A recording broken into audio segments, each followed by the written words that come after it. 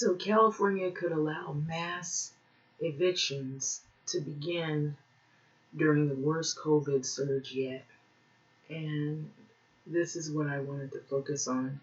This article's not that long, so um, I did kind of glance over it, and I mentioned it in a previous video that I made earlier this morning, which was pretty lengthy. So, California could allow mass evictions to begin during the worst COVID surge yet. And so, this is the other crisis that is looming here, especially in LA County. So, this is by Sam Levin in Los Angeles, and it's today, the 13th of December. So, millions of California renters are at risk for eviction. And this is not just renters. Uh, this is also homeowners as well that are in danger of foreclosure and displacement. So, as tenant protections soon expire, raising fears of a mass surge in homelessness during the deadliest phase of the pandemic so far. So, this is kind of drug on since early March of 2020. And the state emergency rules to pause evictions amid the COVID-19 crisis are scheduled to terminate at the end of January of 2021, which could result, unless they extend it for a couple of more months, unless that happens, it removes residents behind on their rent. And so landlords across California could be going to court, I believe, as early as March of 2021. They can start taking people to court for unpaid rent, back rent from back in March of 2020. But amid the new stay-home order and the shutdowns due to the rapidly rising infection of COVID-19, tenants groups and some lawmakers are pushing for extensions of the protections and broader measures to preserve the housing instead of the mass evictions and displacement and homelessness foreclosure that could possibly happen. And it would be really, I'll use this word catastrophic in the wake of what is going on with the COVID surge. So many of our families are going to be swept up in the eviction tsunami, said Janine Nikosi of California State University, Fresno, sociologist and housing advocate in the state's Central Valley. So many people are one unexpected life event away from eviction, and everyone right now is experiencing an unexpected life event, which is COVID-19, and that hurts a lot of people, not only physically but emotionally and also financially. It's been hurting even people who are business owners, and so a lot of people are going through it. There's a financial crisis, there's a housing crisis, there's a renters crisis, and then there's this moratorium that could end, which would create a tsunami of evictions and also foreclosures. So California housing crisis that was already dire before COVID. And so we already had issues with homelessness. We already had issues with people not having enough money to get by. So now we have this pandemic and this COVID and the business closures and shortened hours and then unemployment that is high right now. And despite being the world's fifth largest economy, the home of some of America's richest zip codes, the state's affordable housing shortage has long forced hundreds of thousands of households to spend the vast majority of their income on rent. So last year, the state's unemployment of 2020 has turned the state's the homeless population increased. This was last year, 151,000. So this means the mass unemployment of 2020 has turned the state's housing problem into a large-scale emergency. So a U.S. Census survey in November found that more than 2 million households in California have little to no confidence that they can pay their next month's rent. So a figure expected to increase with the new shelter-in-place orders. So the state's government's response so far has been a patchwork of regulations that have had mixed success. And so in March, California Governor Gavin Newsom adopted a temporary ordinance blocking enforcement of eviction, and eviction courts shut down. So the state lawmakers passed a more comprehensive measure in August, barring evictions if renters filed a declaration about their financial hardships and if they pay at least 25% of their debt by the end of January.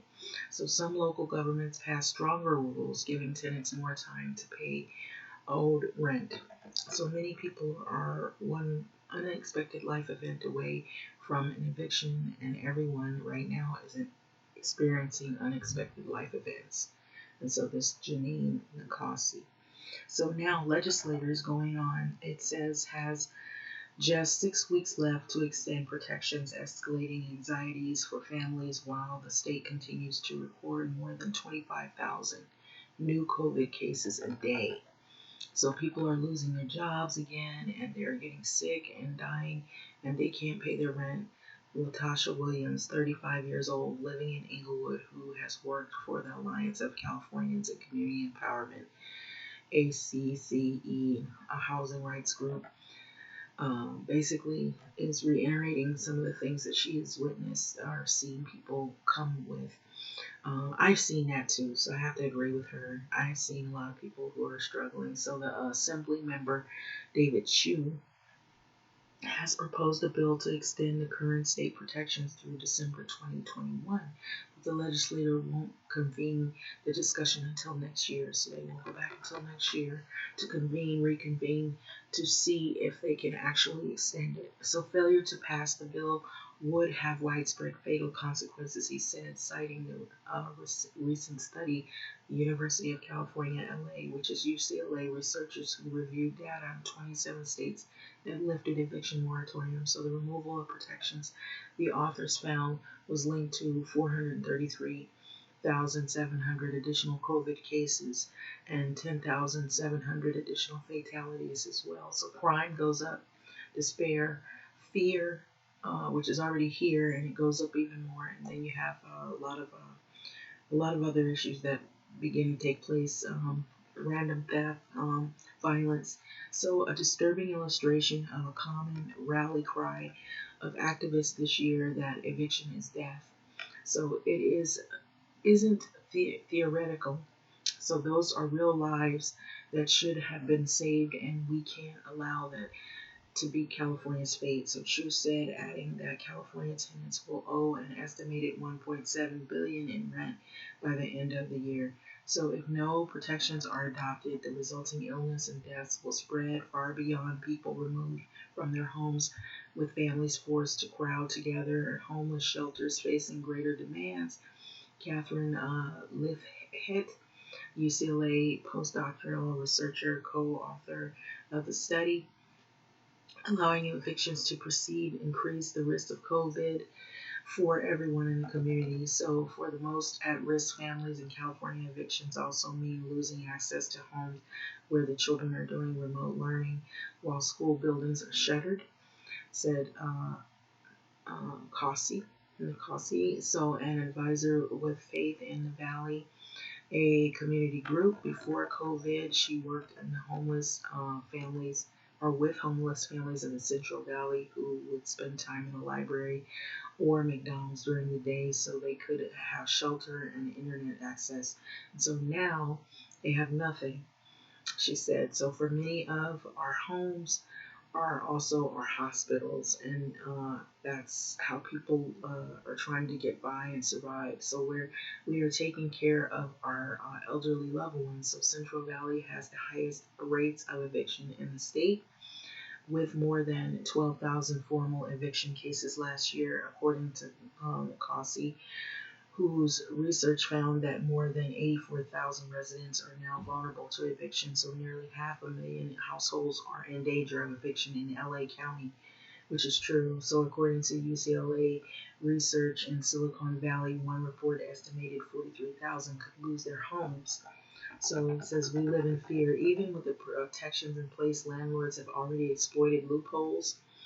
I've even heard of landlords sleeping with tenants because they're desperate, as a way to pay rent. Sometimes they're putting like fees onto your rent, fees you've never seen before, and you're trying to figure out where they come from, and it's illegal. Or they're going ahead with getting around the protections, trying to figure out illegal ways to evict people, put them out, scare them out. So I've heard of these stories, and so the law enforcement has executed thousands of evictions in the state during COVID. So Berkeley, Loa Imitulu, 50 years old, was unable to pay her rent to the landlord after the shutdowns that led her to lose her work and with the county government. And so I haven't paid rent, so I actually go to the grocery store and buy the food we need. So the money that she does get, she just uses to buy food. So she's just waiting until the shutdowns are no longer and things are safe, are somewhat back to normal. So that's what some people are doing, and so they're really in dire straits. So following the guidance of the state and local laws, she repeatedly informed her landlord that she couldn't pay her rent that was due to COVID economic losses. So on October the 30th, she received an eviction notice of non-payment of rent. So Niyomet Tolu, who lives with her 22-year-old son, felt a wave of panic. All of a sudden, I acted cool on the surface, but my guts were churning. And if we lose our housing? What if we lose our housing? The holidays are coming up, and what is going to happen to us? And so this is not just this woman's fear, but this is many people's fear. Thousands of people, in fact, fear, especially here in LA County and in other places outside of LA County, I'm hearing. So she lives near numerous homeless encampments that have expanded all of a sudden in recent years, and I have seen that here, Venice. Up and down Venice Boulevard, there's homeless encampments. Up and down Venice Boulevard, there's homeless encampments in the downtown of LA. They're under the freeway, over the freeway, alongside of the freeway. Sometimes you'll find them up and down Vermont um, corridors. Westmont, there was a lot of homeless encampments. A lot of times, what I've heard too recently is that they have opened up some shelters because of COVID, safe places to go. But if people have mental issues or they have substance abuse issues, there's rules in place, so you can't do abuse substances on the premises. You can't just do what you want, and if you're violent, they're probably not going to have you there for too long, and they can't hold people there, if they test positive. So those are the other factors, and so that's why you still may have people that are out on the street. They choose to be out on the street. Some that do, some that don't, some that just ended up out there, or they are out there because they were unable to pay rent, or something happened in their life, or they're a victim of circumstance. So everybody has different stories, of course. So she lives near this numerous homeless encampments that have expanded in the recent years, and that could be us tomorrow. And so that could be anyone. So we just live in fear. And so it's not only just people living in tents outdoors. I want to make this known that sometimes homelessness could be in an RV. Sometimes it could be in hotels and motels, or moving from place to place. People who are not stable, they move from friend to friend or house to house, or they may find shelter in other various places for temporary short time or whatever. So, but they don't have any one stable place to live.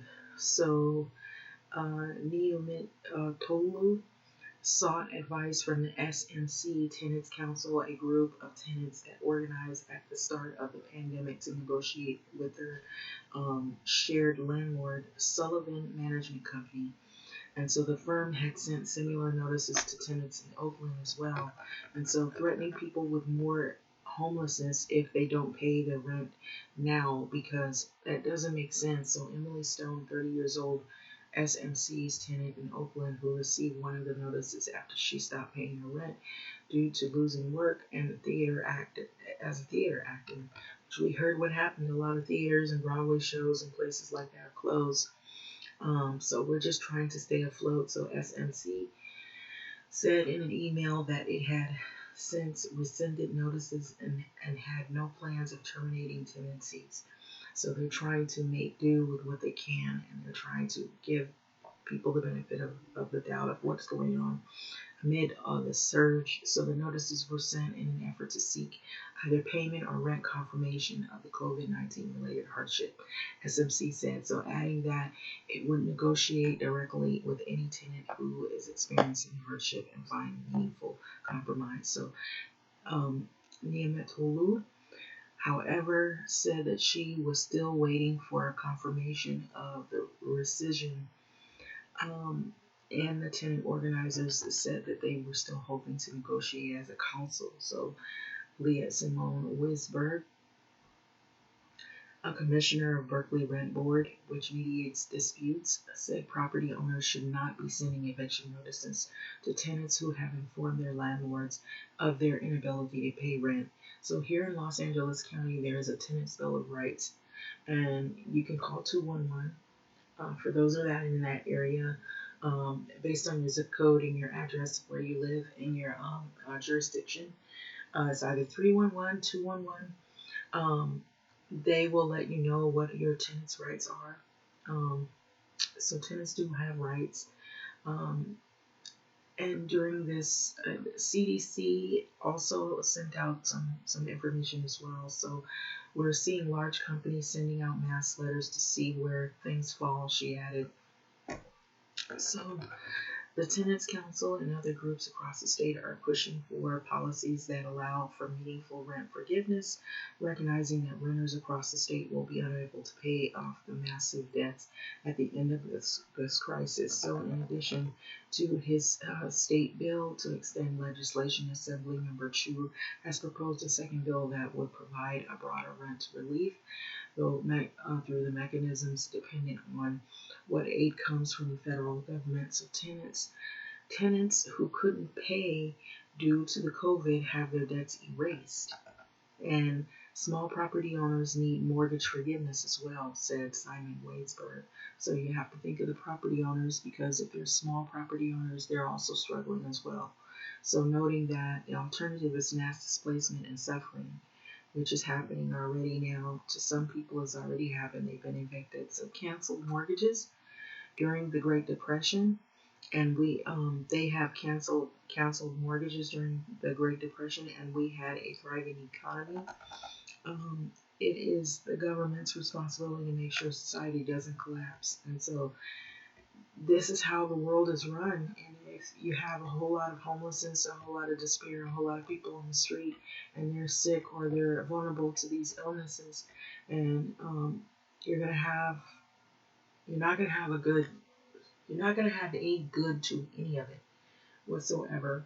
Now, I wanted to add this in here. I know that it may seem insignificant, but I remember, like, this is probably going back maybe a couple of decades, the 90s, um, where when we were younger, we were in our 20s, and I'm saying as referring to myself and some other people that were around that age, you could get into apartments here in Los Angeles, even though it was more expensive, it was still relatively doable. You could be a young person, you could move into your own place, and you could still make it, even if you didn't have a lot of money.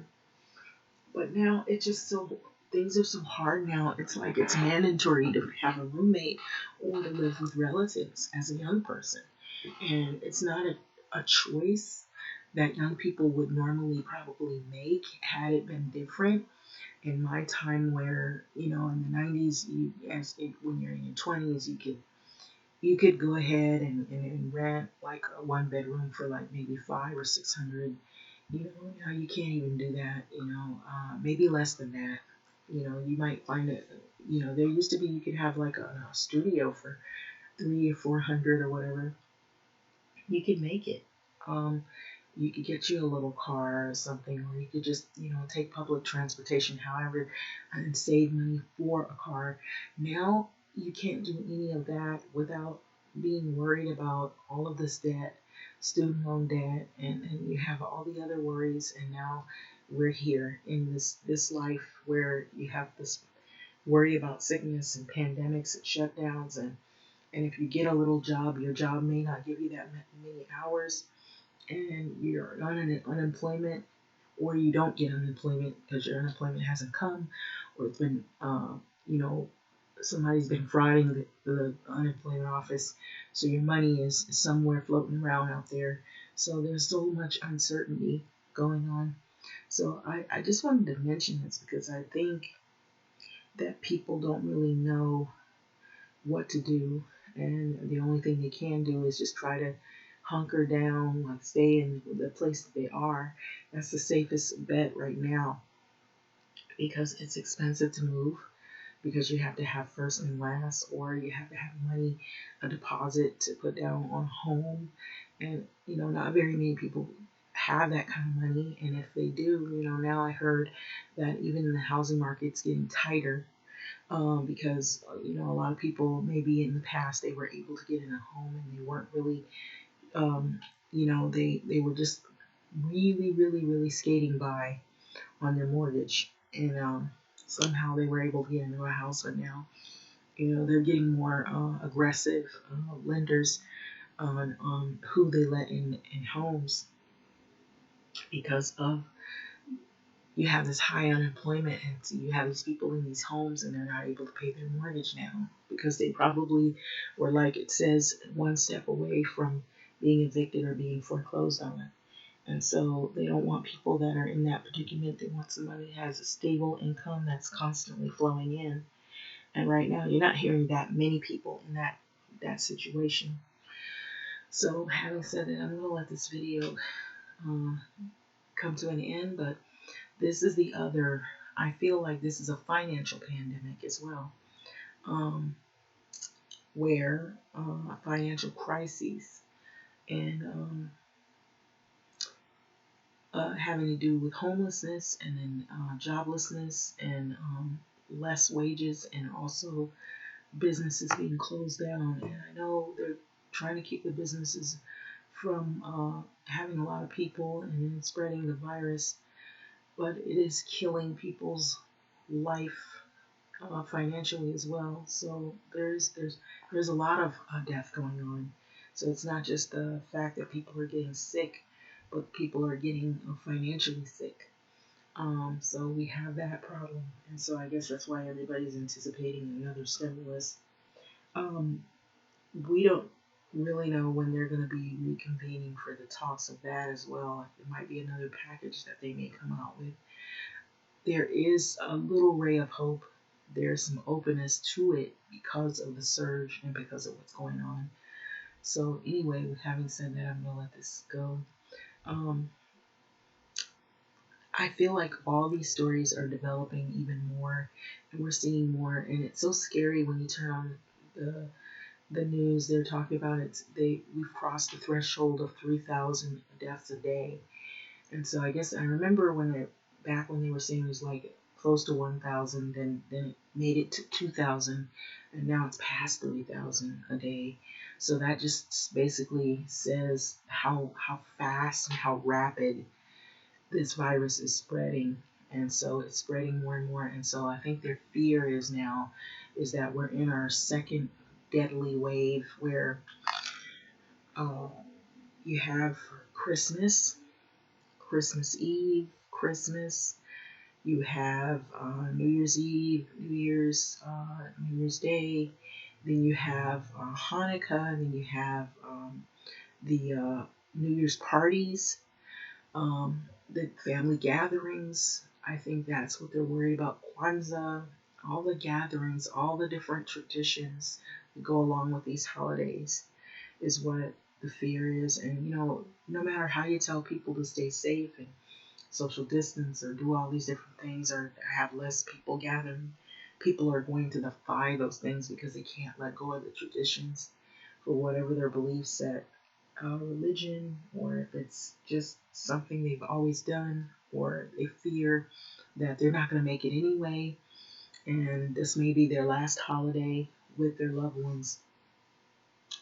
Maybe they have loved ones that are sick already, and that's the reason why they're gathering, which is crazy. But you know we've been hearing stories too that, when people are dying in the hospital, they're dying alone.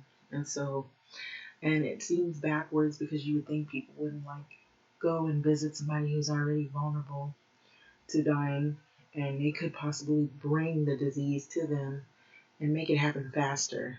And so it makes you feel guilty. So it's just really a bad time, put it like that. But anyway, I'm gonna let this video go. This is really sad.